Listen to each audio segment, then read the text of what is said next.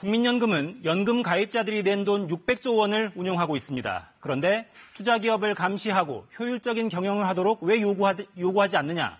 나아가서 기업이 사회적 역할을 하도록 적절히 개입해야 하지 않느냐? 이런 지적이 계속돼 왔습니다.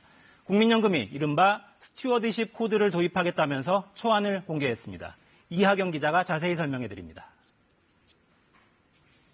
네, 직장 다니시는 분들은 매달 월급에서 일정 금액만큼 떼서 국민연금을 내게 돼 있죠. 이게 나중에 소중한 내 노후 자산이 될 텐데 이 국민연금은 이걸 걷어서 그냥 가지고 있는 게 아니고 투자를 합니다. 600조 원이 넘는 돈을 굴리는데 이 중에서 국내 주식에 투자한 게 한 131조 원쯤 됩니다. 상당수 기업에서 숨은 대주주 역할을 해왔거든요.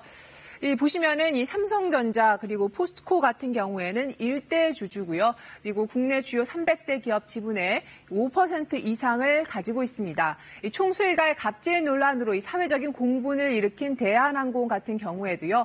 이 국민연금이 한진칼 다음으로 2대 주주입니다.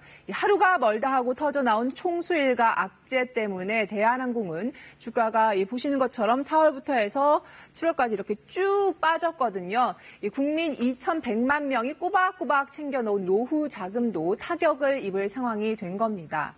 기억하시는 분들도 계시겠지만 이 총수일가의 갑질 문제가 이렇게 이 기업 가치에 영향을 미치니까 이 국민연금이 대한항공에 이거 어떻게 해결할 거냐 이렇게 공개 서한을 보냈었거든요.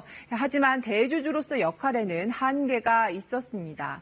이 정부가 앞으로는 기업이 경영을 잘 못해서 이 국민연금 운용 수익률까지 깎아먹는 이런 일 줄이기 위해서 좀 더 적극적으로 감시, 견제하는 장치를 마련하기로 했습니다. 그게 지금 보고 계신 이 스튜어드십 코드라는 겁니다. 이 국민연금 같은 기관 투자가들이 마치 주인 재산을 관리하는 집사처럼 고객을 대신해서 투자한 기업의 의사 결정에도 적극적으로 참여하고 그 결과도 보고하는 걸 말합니다. 이 외국에서는 기업 경영을 감시해서 단순히 자산을 잘 지키는 범위를 넘어서 장기적으로 수익률을 높이는 개념으로도 운영이 되고 있습니다. 정부가 이 스튜어드십 코드 도입을 앞두고 공청회를 열어서요. 구체적인 로드맵을 제시했습니다.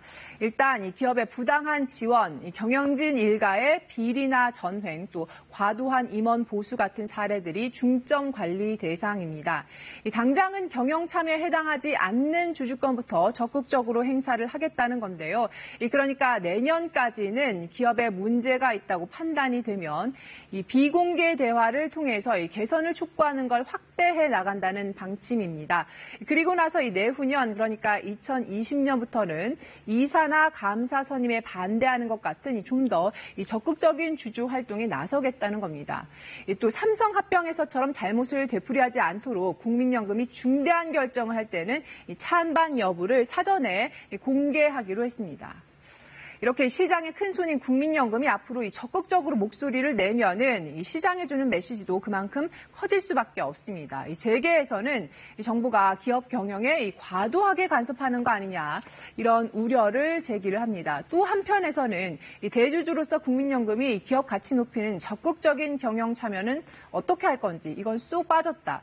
이걸로 이 기업을 압박할 수 있겠냐 이런 비판도 나옵니다. 정부는 이런 의견을 검토해서 이번 달 26일에 최종안을 결정하기로 했습니다. KBS 뉴스 이하경입니다.